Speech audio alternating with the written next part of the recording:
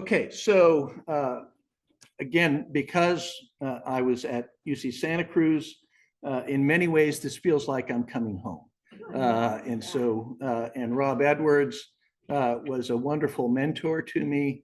So his work continues on in what I do. And so I was actually with the first students that Diane Gifford Gonzalez had. And so when I retired and I was her first student, she said, damn, that makes me feel old. So I have many names, Dr. John Pryor or just John, but my students call me Papa Quail.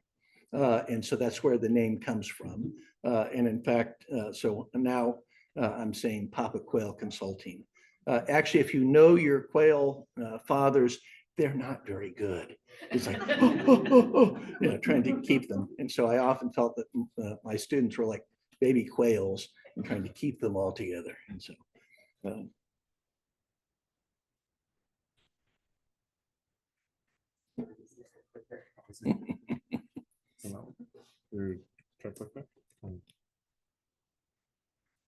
Yeah.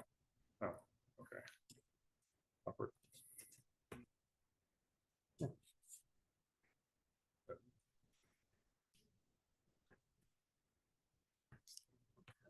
so no.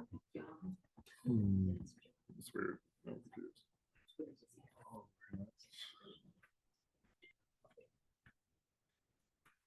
okay. Start that slideshow. Yeah, it's one moment. Sorry, people on Zoom, I'm technical difficulties, and people out there as well. Yeah, Zoom, gotta love it.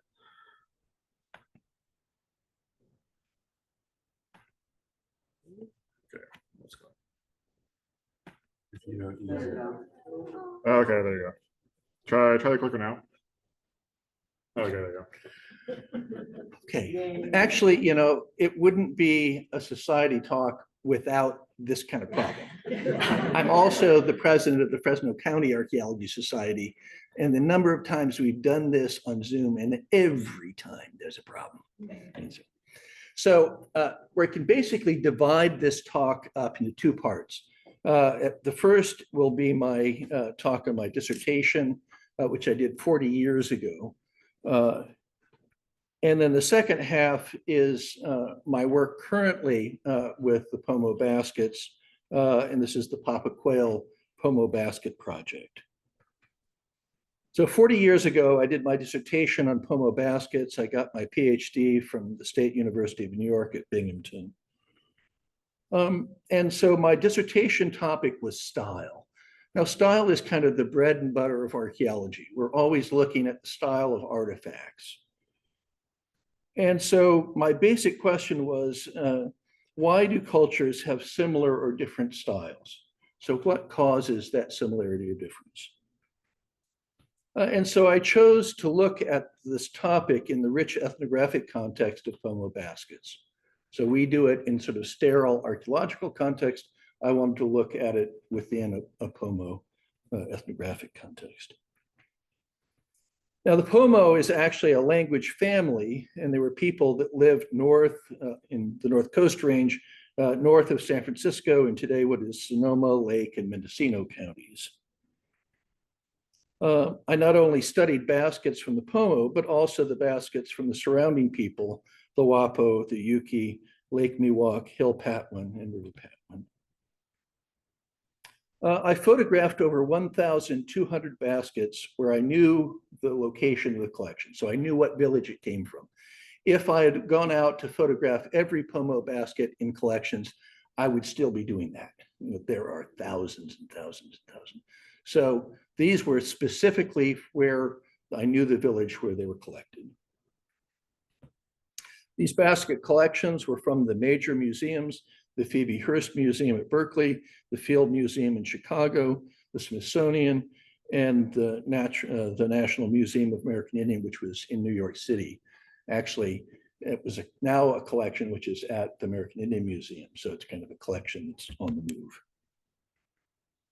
The baskets also came from small regional museums like the Sun House, Lake County Museum, Oakland Museum, the Mendocino County Museum, and the Jesse Peter Museum at Santa Rosa Junior College, to name just a few. Lastly, the baskets came from private collectors who generously opened their collections to me. A good example of this is Julian Mostyn from Clear Lake. Also, these collectors would then introduce me to the basket weavers that the collections came from. So they were invaluable. Working with museum collections in the major museums is always an amazing, crazy adventure. Now, most people, when they think of museums, they think about what's on display. But actually, that is a small fraction of the baskets they have. The lion's share of the materials are in the back rooms. The Field Museum is a wonderful example of this. The Pomo baskets that they have on display are not much to write home about. But what's in the back room will blow your socks off. Just amazing. And in fact, really the best, the most fun I would have is when they would sort of literally lock me in the vault. And then, and I do my little work and photograph the baskets, and then I get to sort of explore. And, at the Field Museum, I'd see stuff and I go, oh my God, I didn't even know this existed. They had gaming boards and all sorts of just amazing stuff. Now, every museum had their own rules, and often they were contradictory. Good example of this is, oh, you've got to wear cotton gloves. The next place I'd go to, oh no, you can't wear cotton gloves. Okay, your house, your rules, you just tell me what you want me to do. And so that's what I did. The staff at the museums were very helpful.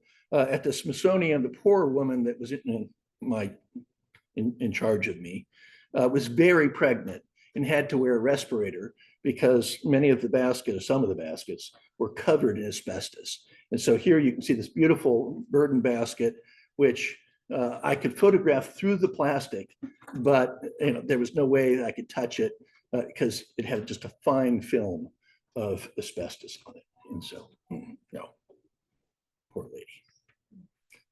Some museums, like the Phoebe Hearst Museum at UC Berkeley, are almost exclusively behind the scenes. Very little of their collections are on display. The Phoebe Hearst Museum not only had wonderful staff that helped me, but they also had the world-renowned basket expert, Larry Dawson, who generously spent his afternoon giving me a private lecture. Frankly, I think he thought I knew nothing. And he sort of just took pity upon me. And so, he then spent this whole afternoon lecturing, and just amazing. Museums not only had baskets, but they also had information, which I collected. So the sort of contextual information for the baskets. The Sun House in Ukiah is a wonderful example of a small regional museum. The Sun House was a craftsman-style home of Grace and Dr. John Hudson.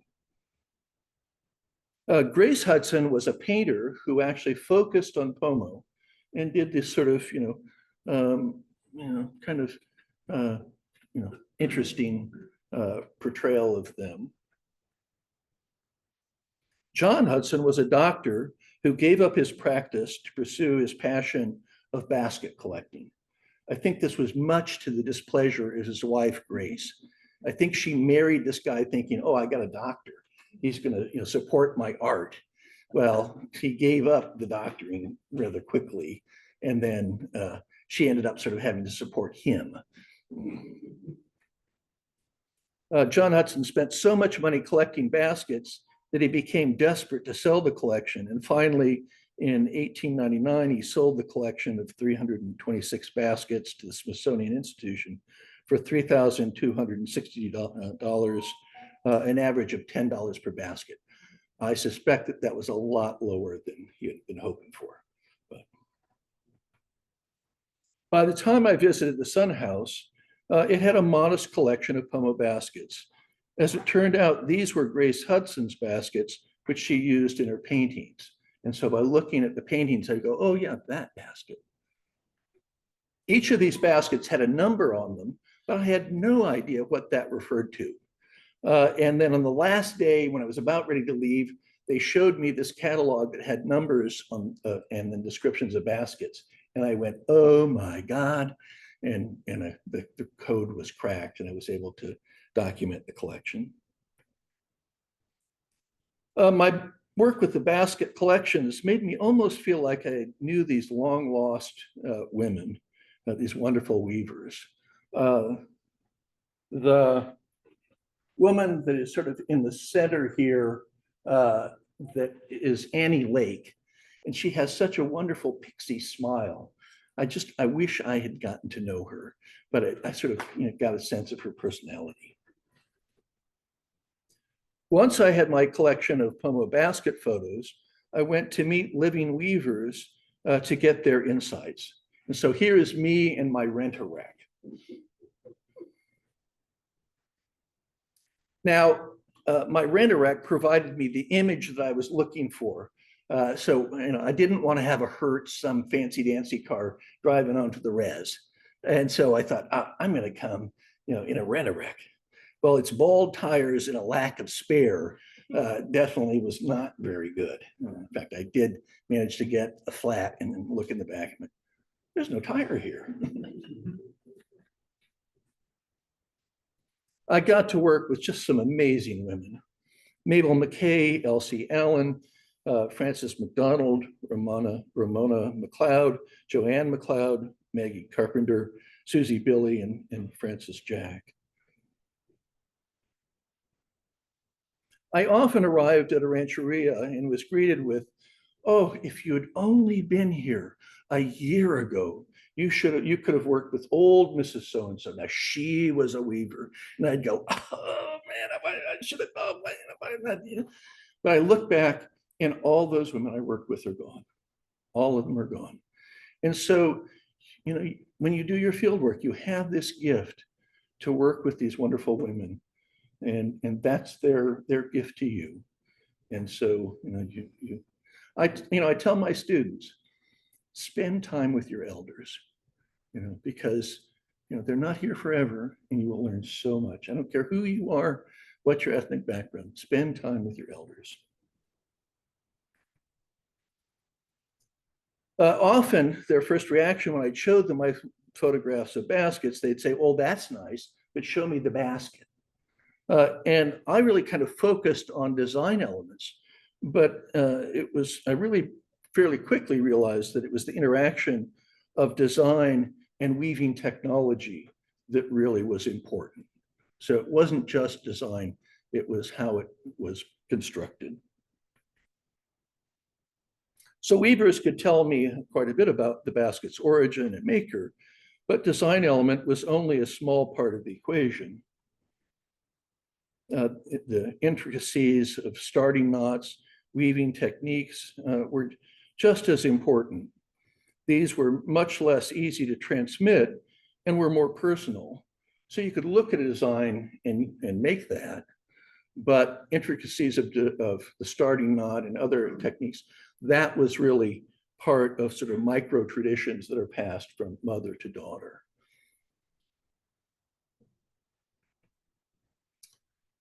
Elsie Allen taught me quite a bit about ownership marks. Pomo baskets have what's called a dowel or a spirit break in banded baskets. So you can see there's a break in the design, and that would be, most all of the banded designs have that. And one of the explanations was that way, when the basket is burned at the death of the weaver, the spirit could leave the basket. Okay. Elsie Allen expanded this concept to say that every basket had a dowel or a spirit, and that it related to an ownership mark.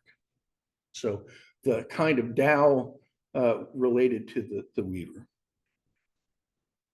Was this impact of market forces? Perhaps. like adding value to the baskets in the same way that signing a pot in the Southwest would give it value. And so, was this a product of market forces? Now we're seeing in this moment in the basket. So you have those little dots that are running down the side, and that would be a spirit breaker, a Dow. Thank you. In my work with Ramona McLeod from Big Valley, she said that she only made baskets like her mother's, but she no longer had any of her mother's baskets. When I showed her a picture of one of her mother's baskets, she said, "Oh, so that's how she did that design." And so here you can see the impact of in sort of these micro traditions of mothers and daughters, where there are no longer baskets within the family. Working with Mabel McKay was truly amazing. She was just a phenomenal person and had worked with many anthropologists. She taught me about the whole spiritual side of baskets. Initially, when I did my work with weavers, I had a little tape recorder. And there was one day that I forgot to bring the tape recorder. And I got stuff that I would never have gotten with that damn tape recorder. And so I decided, I'm not taking that tape recorder in. And certainly by the time I went to Mabel McKay, there was no tape recorder. Although it was interesting, because what I'd do is when I got back to my truck, I would just spill my guts into the tape recorder. And so I'd just sit there and listen. And Mabel said, "You should be writing this down. This is important." So she was telling me how to be an anthropologist. So she did curing with her baskets. So she would give a gift of a basket as part of curing. Now we can look at the impact of status and power in baskets. Traditionally, Pomo basket weavers, basket weaving was very rule driven.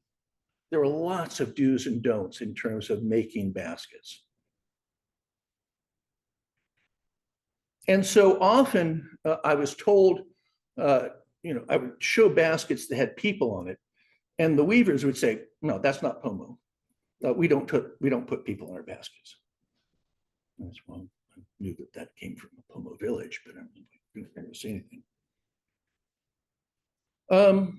And so, being the white guy that I was, I'd say, "Why? Why did that?" And they just roll their eyes. That is such a white thing. They say, "Why?" No, they don't ask those questions. But finally, they would get tired of me asking why and my whiny, and they would tell me a story. And so Elsie Allen said, well, that her grandmother had seen a basket with people holding hands and dancing when she was out picking hops or grapes. And so she decided she'd make a basket like that. Once she finished it, she took it down and she washed it in the spring, and she became blind. And she was blind for the rest of her life. Now, I heard lots of stories why she went blind. That's sort of irrespective. But what she was doing is she was telling me, we do not put people on our baskets and we do not use other people's designs. And this is why. So this is a little start of a basket, a feather basket by Mabel McKay. It is coyote dancing in the roundhouse. If you don't put people on your baskets, you sure don't put coyote dancing in the roundhouse. But because she dreamed that design, and because she was Mabel McKay, no one is going to say, "No, Mabel, you can't do that." So she had this sort of status. She was amazing, and she looked like sort of a little old grandmother, but she was incredibly powerful. And in fact, she was kind of not welcome in certain communities because they thought she had too much power and that she was a poisoner. Usually, when I did record basket weavers, there was always a TV in the background. And often when I listened to these tape recordings, I could hear the commercials far better than I could hear the weavers. Well, there was, of course, a TV on at Mabel's, and there was a commercial that had a Tang. It was a Tang commercial. that shows you how long ago this was. And so it had astronauts. And I said, well, gee, Mabel, do you think, we're going to go into space in our lifetime? And she sort of chuckled and said, no, but, before he comes back, people are going to try to leave the Earth so that because the Earth will be burned up. Oh, okay. So it was this interesting mix of Pentecostal and older religion that we could see in Mabel. So once I had my collection of data in my field work, I set out to understand what did it mean. I set out to understand what was best to explain the patterns of style. Now, I had a variety of different models that I could look at.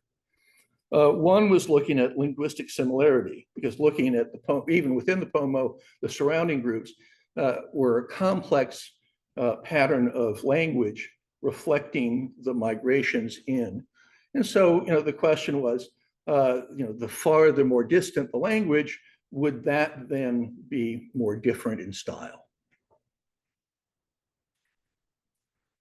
Another model was that would you be using baskets to differentiate groups that had hostility among each other? So they're using their baskets to do differentiation. Now, certainly the Wapo and the Pomo did not get along. They had numbers of skirmishes and warfare. What's fascinating, though, is when I looked at the Wapo and the Pomo baskets, I didn't see that much difference. So that certainly didn't seem to be working there. On the other hand, an interesting example was to look at the Yuki and the Pomo baskets from the Round Valley Reservation. Round Valley Reservation was in Yuki territory, but it was basically early on designed to send people from the Pomo area, from other areas, get them off the land and send them to the reservation. So they're throwing together Yuki and Pomo, who were very different and certainly did not get along. In this case, what was fascinating is I certainly did see that Yuki and Pomo baskets were very different, and there really was no sort of hybrid. There was no blending of style there. So in that case, perhaps we're seeing it.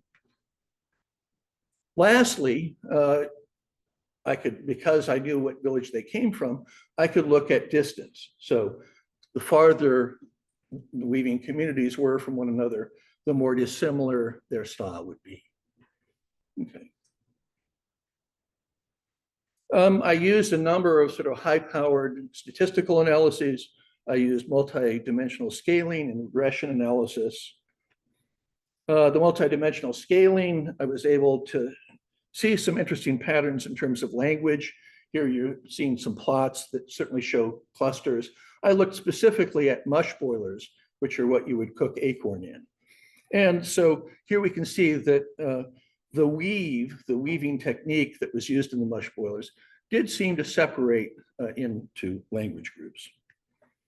The form of the mush boilers also seemed to have some nice clustering by language. And lastly, the designs on the mush boilers also did seem to separate. So here we can see that, here's some design elements that seem to be separating for different language groups. So we're seeing some pattern there. Generally here we can see within the Pomo, the preference of weave, the preference for design element, the preference for design configuration, and finishing designs all had some separation. And then also we could see this from language group to language group, again, based on some of the same ideas. So regression is really the most powerful statistical tool to look at a data set and say, what is the variables that best explain the patterns that we have here? And so I looked at language, warfare, distance. Drum roll, please. What I found was that the distance between weaving communities was the most powerful. Gee whiz, Mr. Science. That was not the most exciting result. Like, yeah, I probably could have told you that to begin with. Well, this would seem to suggest that basket weavers were like copy machines that passively adopted style from their surroundings. But I began to realize that that was really far from the case. They certainly were not simply passively picking up style. While baskets certainly played an important utilitarian function in Pomo society, their style also played crucial roles in mediating power relations, for example, between men and women. Traditionally, the male view, I stress male, was to accomplish any kind of activity. One had to fix power. One had to bring power within you to accomplish this. This was through fasting and through sweating. One thing above all other that could negate power was menstrual blood. Again, male view. And so this would suggest that women, by their biological nature, were locked out of positions of power within Pomo society, whether they were political, economic, or spiritual. However, highly decorated baskets made and controlled by women suggested a very different situation. The most highly decorated baskets in Pomo society were these interesting two characteristics. They were gift baskets and also washing baskets. Both of these suggest something about power relations between men and women. So women couldn't go into the sweat house to purify themselves, but there was a particular kind of basket called a washing basket. It had a very characteristic form. It was used to wash a child after it was born, to wash blood off of it, to purify. It was also used by young women during their first menstruation and subsequent, again, to purify. And when an in-law came to move in, again, someone polluted out, a foreigner, they would be washed by a basket to be purified. And at death, when there was a cremation, cremation smoke was highly polluting. Death is seen as being very dangerous. And so that's used to wash the face of the mourners. Interestingly enough, this is still a practice which is used. So when my wonderful friend Galen Lee was murdered and I went to his cry, they washed our faces with a basket. So this would suggest that Pomo women had their own avenues for purification. So while men had their avenue, women also had an avenue for purification. Again, these gift baskets, which are the most ornate, were used in gift transactions. And so if you were a young Pomo guy and you decided you wanted to shack up with some sweet young thing, and guess what? The women in your family didn't approve. Yeah, you'd shack up with her, but you're not going to marry her because you have to have a basket. And if you didn't have a basket, and you might knock her up and she might get pregnant, but guess what? If the women of your family still do not approve, that child's not going to be legitimate. And if you're an old guy and you've still pissed off all the women, you may die, but you're not going to have a basket, which is crucial for death, for a legitimate death. So this would suggest that through gift baskets, Pomo women controlled the junctures of life. So the men may be saying, women have no power, they can't. But the basket said something very different. And Pomo women couldn't exactly say, no, you guys are full of it, but they didn't have to because the basket said it for them. So style can also be seen in its role in power dynamics between old and young weavers. There's an interesting tension between tradition, so how Pomo make baskets, and innovation. And this changes through the life of a weaver. So when they're young, It's pretty rule driven. You're going to be making baskets pretty much like your mom. You get to kind of the middle stage of your life where you're really an accomplished weaver. You start picking up design elements from in-laws and you're innovating. Then when you become an elder, then you no longer pick up anything from anybody else. You're only going to be making baskets like we do. And so you can see this really changes and has a lot to do with power dynamics.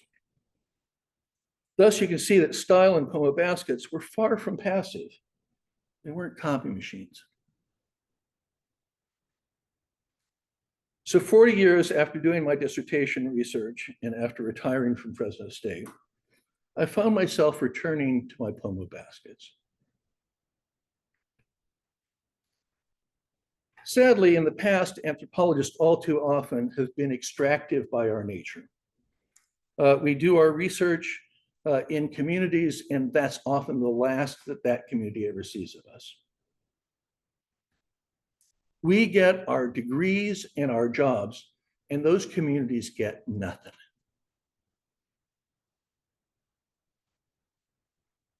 So I'm setting out to digitize my 1,200 baskets and then share those with the Pomo, well, actually with the weaving communities. So I'm going to give them back to the people. Should have done that 40 years ago, but life gets in the way. At least I'm doing it now.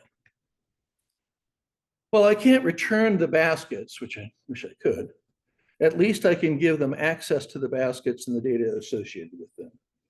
And this may be then a first step towards repatriating those baskets, maybe. So I'm in the process of reaching out to weaving communities by going to their functions. And so a little bit early days, but it's going to be, you simply go out into the communities and share what you have and then set up. Probably, I may have a digital platform. There's a wonderful platform called Mukutu, which is actually Australian Aborigines. It has a lot of wonderful controls that Native Americans can put in. And so I may use that. The idea is simply to, I don't want to control who gets access to it. I want to just give it to weavers and weaving communities. And so far, I've really had some wonderful, I've been well received and have made some great contacts. Just recently, I had some folks from Pinoleville, Rancheria, and oh, these are all Pinoleville baskets. Oh, man.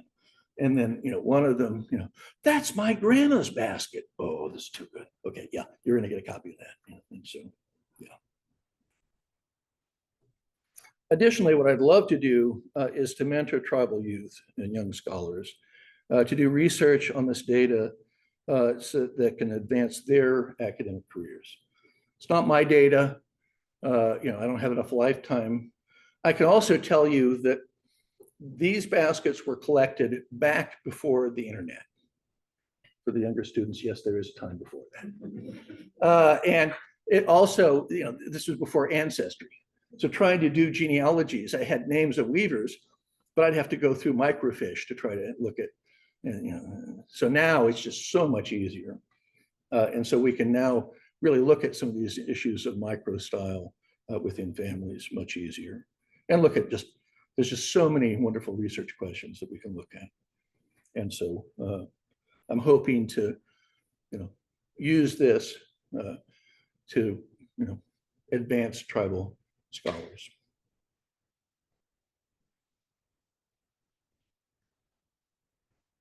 So that's my talk.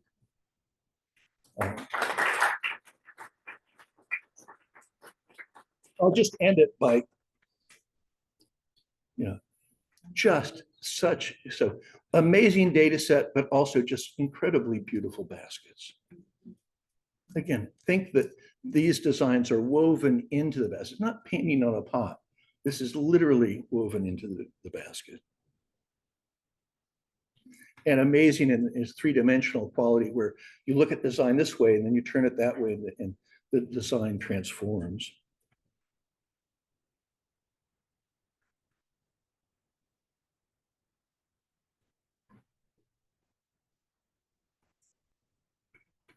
again, the incredible diversity of weave also related to the diversity of style. Questions?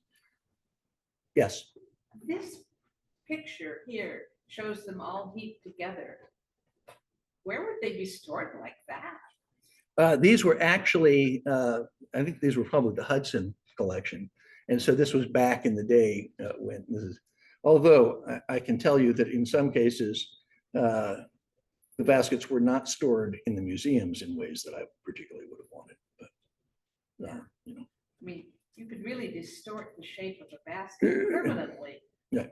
But, you know, they would also say that, you know, baskets were meant to be used. And so, you know, we kind of, you know, put them behind glass and, you know, treat them as art objects. But, you know, these were objects of everyday life. And so they would say, you know, I mean, they would not be happy to see how some of them were stored. But, yes. How much did you encounter the Pomo baskets that were so small? Like Oh, yeah. on the head of a pin? Yeah.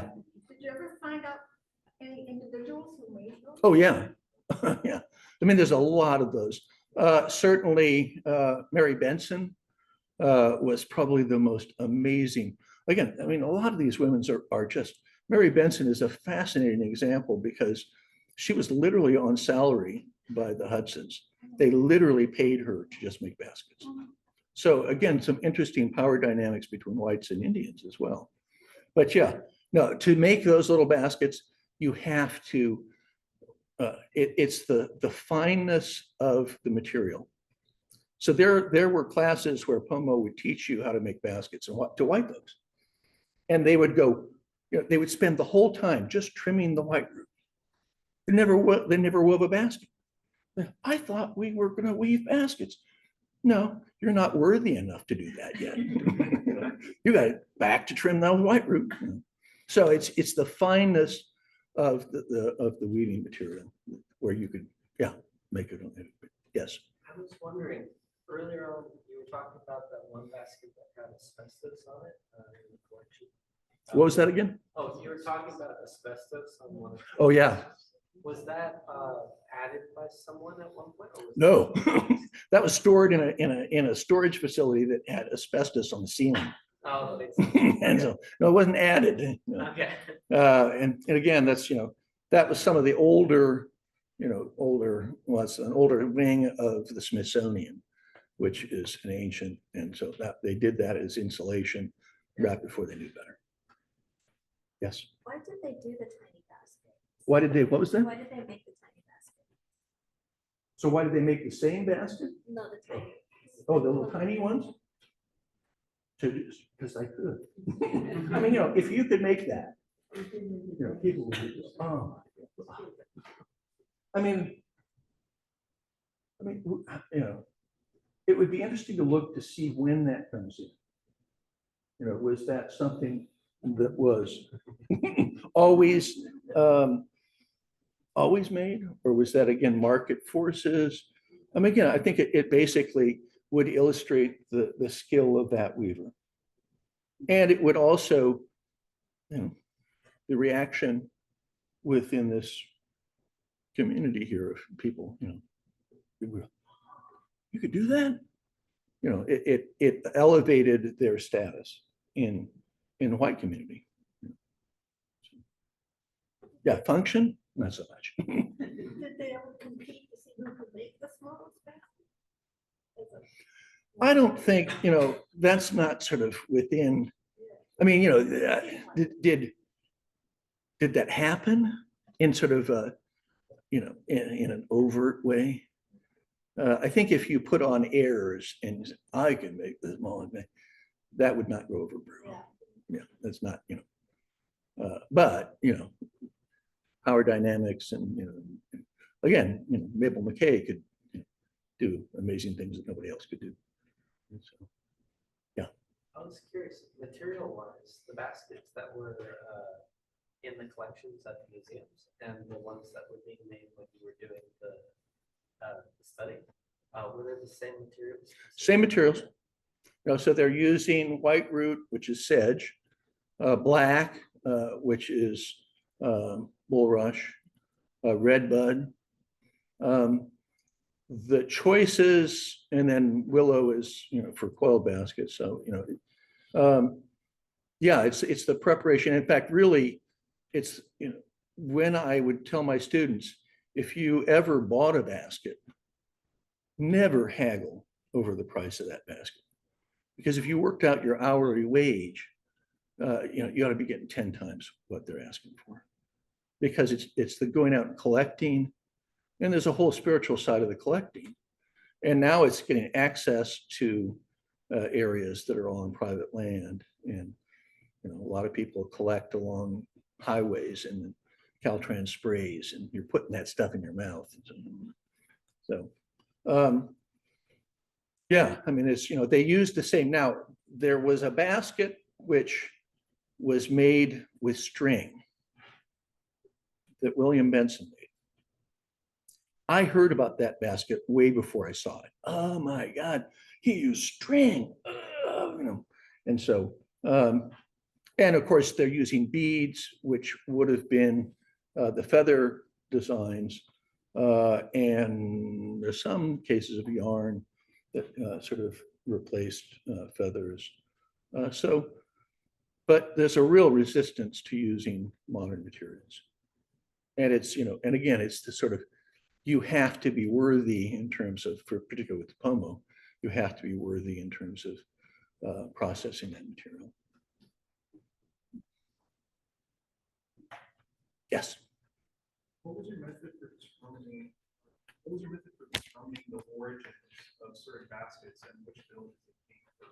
So we get that for the older ladies determined through their lineage, but for ones where they don't have to say.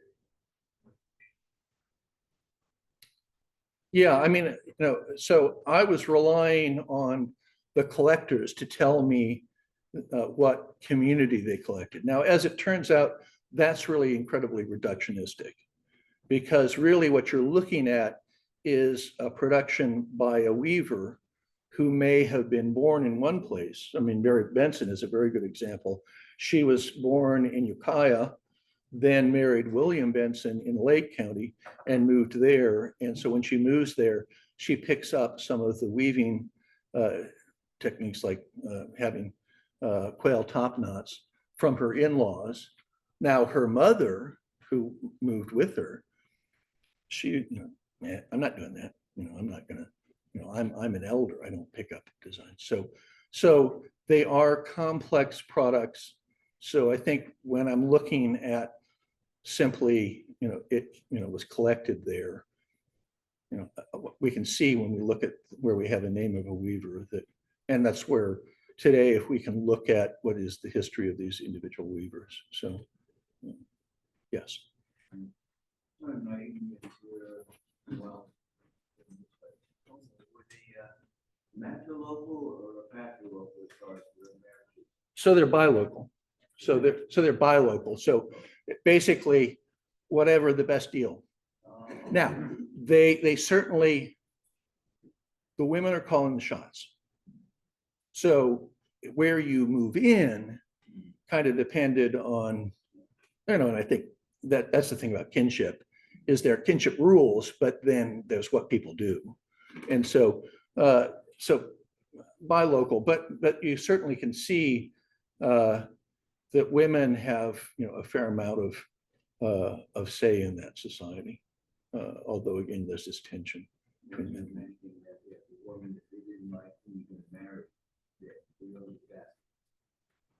Yeah, well, you could. I mean, basically marriage in those societies are between families.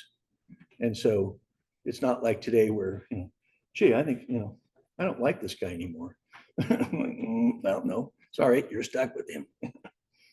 So, yes. I'm just noticing in the pictures, the baskets on the right, a lot of this zigzag pattern.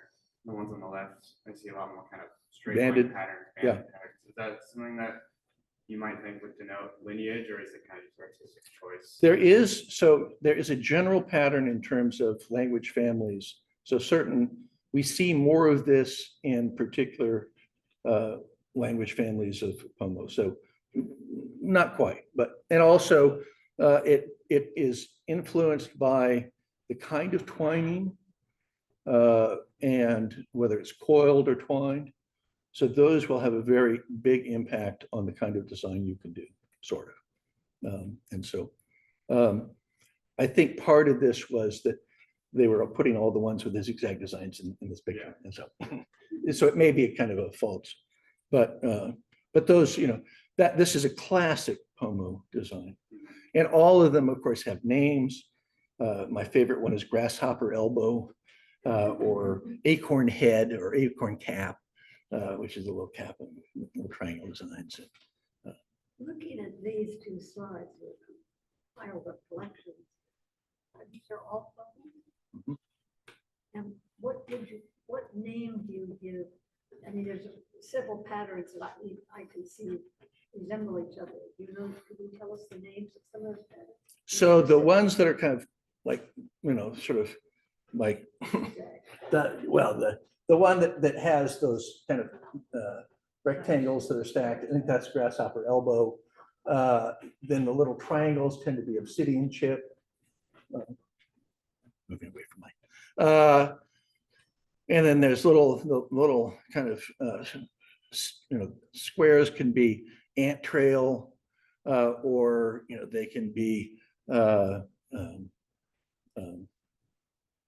deer back, which is little spots on the deer. So I mean, they're weaving their world into those baskets, both cultural and natural. And now it also do all the Pomo. I mean, there's regional variation in the names. Were any of the patterns considered more masculine, more feminine? Well, they're all made by women. Yeah. Okay. Although- I heard you say men baskets. There really are no men. Well, I mean, so there is William Benson, who married Mary Benson, was an accomplished weaver. But now it's interesting because now there is no restriction, you know, both guys and women make baskets.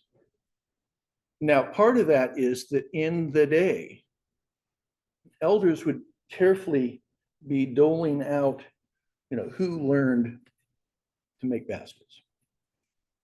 And again, it's that sort of power dynamic.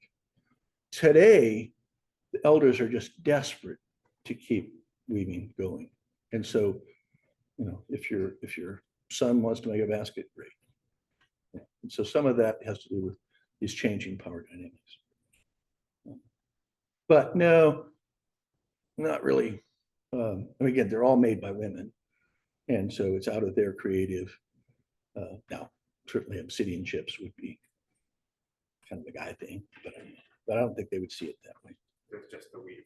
It's just a, yeah. Yeah, making the pattern. Yeah. And again, you know, women are making them, women are controlling them. And so, you know, that's the women's world. Yes. Would certain women focus on certain types of baskets, meaning certain functions of baskets? Because I know baskets were used for different purposes. Some of them were used for cooking, some of them for carrying. I mean, some tribes, they made headgear. Right. You know, or papoose. Well, you know, you would need all those things, you know, a family would have to have all those baskets Right. in the day. Now, you know, it really shifts from an everyday sort of use, because, you know, what you have are traders are coming through those communities and they are vacuum cleaning up every basket. And also the value. So, you know, my wonderful friend, Galen Lee, who's North Fork Mono, you know, he taught me the fine points of stone boil and acorn. Did we use a basket to stone boil that acorn? Hell no. Were you going to use a $10,000 basket to, you know, cook acorn? No. So it really gets to the point where, you know, there are weavers in that, you know, families that still use baskets, but they become much more sort of standardized in form, again, kind of market forces, more of kind of the gift baskety kind of thing. And, you know, they're not making the, you know, the mush boilers and the burden baskets as much. But the same women would make all different types of baskets. Sort of. I'm old, but I'm not that old. I wasn't there. So, you know, I mean, I think that certainly there were women that were more skilled than others. And you do have sort of craft specialization. And so, you know, so that wouldn't surprise me. You know, today, baby baskets, cradle baskets are, you know, I mean, if you have a child, that child has to have a baby basket.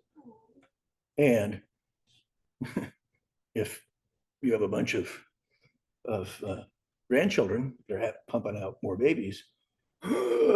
Yeah, and you have to have not only one, but for, well, this is more mono, but you know, you have a basket that they're in to begin with, because you don't know if it's going to be a boy or a girl.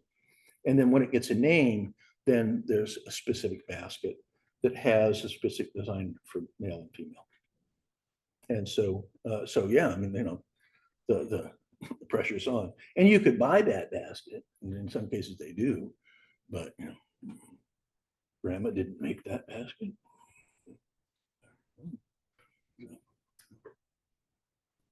So I have my, I brought my pictures, and also there is a coloring book that I created. So for those of you that have little ones and want to take that, that is my gift to you if you want to copy that. And you know, I don't care about copyright or any of that stuff. And so if you know, you can have at it. And I also have my flyer for the Papa Quail production. So again, just amazing baskets.